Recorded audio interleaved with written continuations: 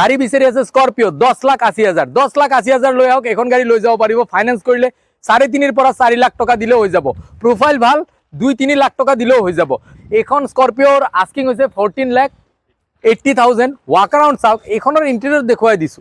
14,80,000 নতুনত এতিয়া স্কৰপিঅ 20 লাখৰ ওপৰত যায় তাৰ লগতে কোনোবা ডিজেল থাৰ ল'ব বিচাৰি আছে ডিজেল ইঞ্জিনত এইখন চাওক একবাৰ ফ্ৰণ্টৰ পৰা মাত্ৰ 6 মান্থ ওল্ড আৰু আস্কিং হৈছে 12,50,000 আৰু ফাইনেন্স যদি কৰিব বিচাৰে কোনোবাই মাত্ৰ দিব লাগিব 3.5 পৰা 4 লাখ প্ৰফাইল ভাল 2.5-3 লাখ জি দিয়ে নেক্সট আছে নতুন আপডেটেড লগৰ সৈতে এখন স্কৰপিঅ ব্ল্যাক কালাৰ 16,80,000 টকা এখনৰ আস্কিং আৰু এখনৰ যদি ইণ্টেৰিয়ৰ একবাৰ